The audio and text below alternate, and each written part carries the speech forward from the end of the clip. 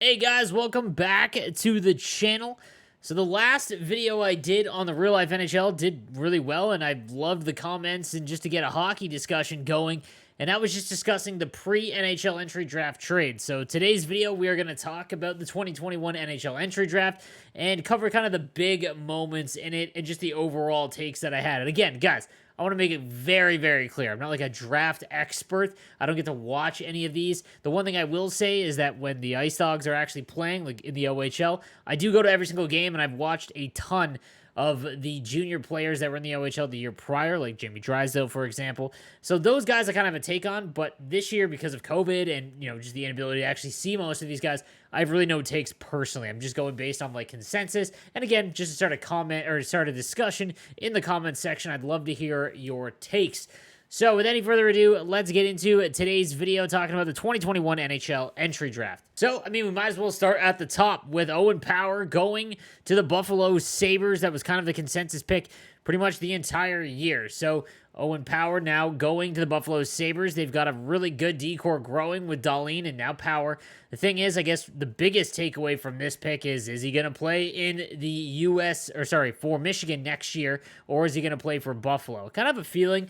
It always stuns me when they're picked this high for a player to not go to the NHL, just because it's a significant jump to go from collegiate sports to a professional team. But Buffalo is going to be such a mess that it does make sense for them to just wait a season and see if Michigan can get a full run at a title. Obviously, COVID really hampered that entire team, and he'll get an actual shot to win, a title there, a national championship. That being said, the safest pick for sure for Buffalo, but it's going to be an awful long time. But again, I think that him not playing this year is okay, and him playing this year is just fine as well. So we'll have to wait and see, but that's probably the biggest takeaway of that pick is if he's going to play or not. Seattle getting their first pick into the draft at second overall takes his teammate, Matty Beniers. So the talented centerman is now a Seattle Kraken, instantly becomes their best prospect. Well, I guess technically only prospect, essentially, that they drafted. And that was kind of the consensus pick there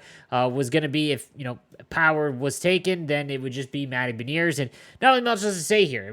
Seattle's going to hold on to him. They are going to be developing their team, it looks like, through the draft and not through tons of huge contracts. Free agency looks like it's going to be pretty crazy, but with how the expansion draft went, I just don't see what Seattle's going to do.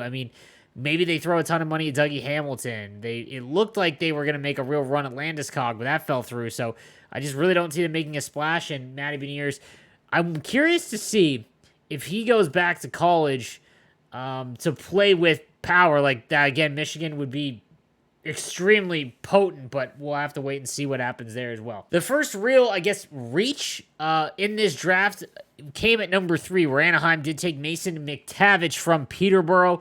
Not that he was a bad player by any means. It was just kind of the first one that was kind of off the board. It did look like he was going to go in the top 10, but Anaheim going for Mason McTavish at 3rd overall. They've got a nice little prospect pool growing. It's nothing like the LA Kings. We're going to talk about them in a second, but my goodness, it's awfully tough as a Sharks fan when you see Anaheim and the Kings slowly grooming these gigantic prospect pools, and Mason McTavish is going to be a good player at some point for Anaheim. So, that was kind of like the first reach, it looked like, again, from the experts and whatnot. It just seemed like that was a bit early for him. The next biggest storyline, I think, was, Luke Hughes at number 4 going to New Jersey with his brother Jack. And if you guys didn't see the reaction, that was actually hilarious when he got picked. Jack looked way more excited than anyone else. Really cool story. Again, it's going to be fun to watch these kids grow. I think New Jersey, no matter what, was just kind of painted into a corner here, though. Even if they didn't want, Luke Hughes, Jack came out earlier and said that they really wanted them if he's available to take him. And obviously, as he's such a big part of their future, they had to take him. But it's not like it's a bad pick by any stretch of the imagination. But yeah, Luke Hughes at number 4. The Blue Jackets at number 5 started a real nice run and probably the biggest winners of the draft entirely. I'm not going to go pick for pick throughout the entire first round. I just want to give overview, but the top 10 obviously a little bit more important. So at number 5, they go Ken Johnson, another Michigan player. Man, have a draft, Michigan. But Ken Johnson, the talented forward there, did go at number 5. At number 12, that went Cole Sillinger, and then 25 was Corson Kuhlman's. So, again, the Blue Jackets getting a couple of great prospects in the first round. I will say this. I immediately thought about, I don't know what year it was off the top of my head, but the year where they drafted like Kirby Reichel, as well as Sonny Milano.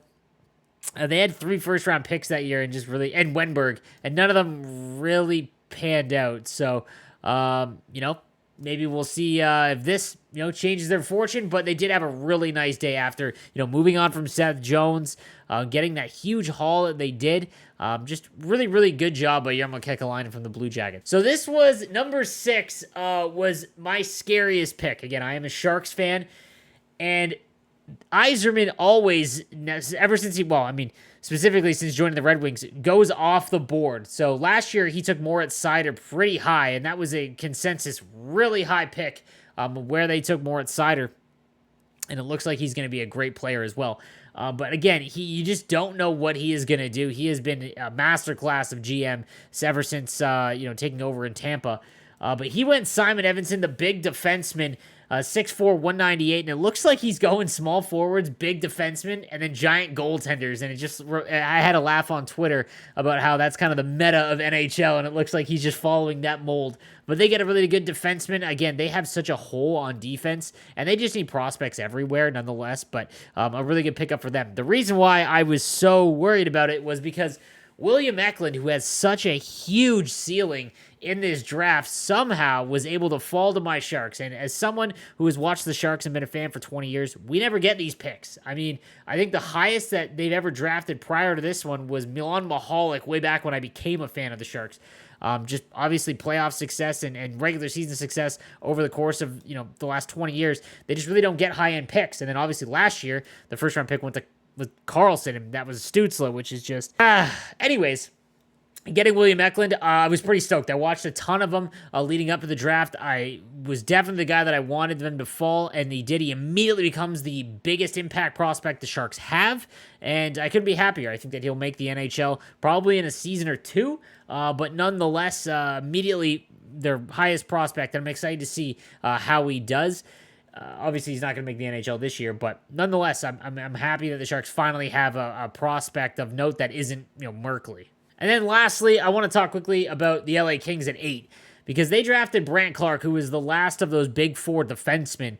And my goodness, the LA Kings, if you go and look at that prospect pool, you would have to think that they're going to land Eichel, or the best shot to, because they have impact players just all throughout that talent pool. Like, they are going to be a dynasty if they all come up and actually perform to what it looks like they're going to perform. Now, obviously, it's sports, so that's not how it's going to play out. But nonetheless, they had an impact defenseman. It was really the last thing that they were lacking in their prospect pool. And now they've got a phenomenal defenseman in Brant Clark.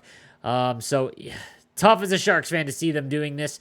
However, I could see them ripping up their prospect pool for Jack Eichel. But we'll see. The next thing that was kind of shocking was at number 10, the Ottawa Senators going Tyler Boucher, and he was not nearly ranked high enough for this pick. And I think that was a theme throughout the draft for the Ottawa Senators. They had one of the worst drafts in terms of consensus players and where they're ranked by not just one affiliate, but experts across the world.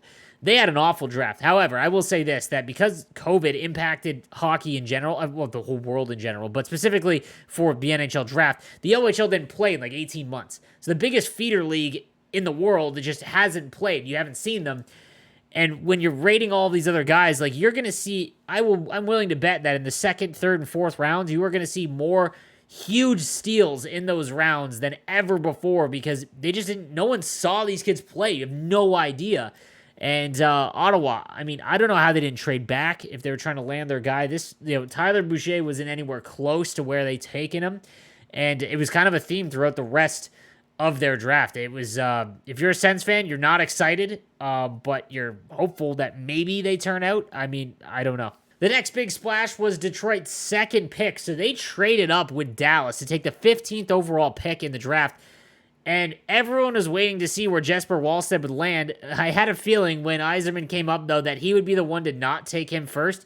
And it turns out that's the case. Sebastian Cossa gets drafted from Edmonton in the WHL, and now they have a top end prospect in net as well. They did just sign not Vitek Vanacek, my apologies, Nedeljkovic from the Carolina Hurricanes, but having top end talent in net, we'll see. He looks to be. It was both of those goaltenders. It was the first time in a while that there's two goaltenders ranked so high going into a draft. But here we are. They trade up from 23rd to 15 to grab him, and it's gonna be fun watching him grow. The next biggest thing in specifically the first round, and Ken Holland, have a week. I said this in the last video. We're talking about the trades and deals throughout the leading up to the draft. Edmonton Oilers fans, I feel awful for you guys. There was a potential franchise goaltender in Jesper Wallstedt just sitting there at 20. And for whatever reason, they decided that a third-round pick was worth that. They traded back 2 spots to the Minnesota Wild, took a third-round pick on top of it. And, man, Edmonton, they just signed, the 59-year-old Mike Smith to a 2-year deal. And it's just a ton of head scratch. Every single move that Edmonton made in the last week has just been so insane. And this was just kind of, compounded that. I mean, Twitter just blew up. Wallstedt was right there and a clear need for the organization. Obviously, they don't want to wait, and that's fine. All of Ken Holland's moves the last, little while have just screamed, this is either going to win the cup or I'm going to retire before this tire fire is all my fault and I have to deal with it. So he went with the immediate help, I guess, or the chance at more immediate help. And, Wallstedt went to Minnesota, and that's going to be interesting as well. I mean, Minnesota in 2 years is just, I don't want to say toast, but that buyout from Suter and Parise, that's $15 million dead cap after this season. Those 2 to 3 years are going to be brutal, and I guess if Wallstedt comes up, that's a really cheap contract and potentially an elite goaltender, so that's probably the hope. So then I guess the last thing to kind of bring up in that first round is what Montreal did at 31, drafting Logan Mailloux. That was one of the most cringe things that I've watched. It was just uncomfortable. If you guys aren't aware, Logan Mailloux is being charged criminally in, I believe, Sweden, and took himself out of the draft. Literally said that he does not want to be drafted, due to what happened. And Montreal said, nah, you're good. We'll take you in the first round. I feel for the victim that, is now got to be just dragged in the news for the next, I don't know how long. Because, again, Montreal is such a hub of hockey that is going to be brought up the entire time this kid is going to be, in training camps and things like that. And it's just, I don't know. I would love to hear what Montreal Canadiens fans think, and I know that the immediate thing is, he made a mistake, he's young. This just goes to show that, in the NHL, apparently it just doesn't matter. Regardless of flaming him for the rest of his life, okay, you need to give him some time to actually make up for what he did, and drafting him immediately, 10 minutes later in the first round, and then having to issue a statement right after, how that actually happens, because not only did Bergevin go and make this pick, but he had to go through his scouting staff, he had to go through ownership, everyone was involved, and everyone was just yeah, that's fine. Just a horrible look, and I'm sure there's Montreal Canadiens fans that are going to flame me, but I don't care.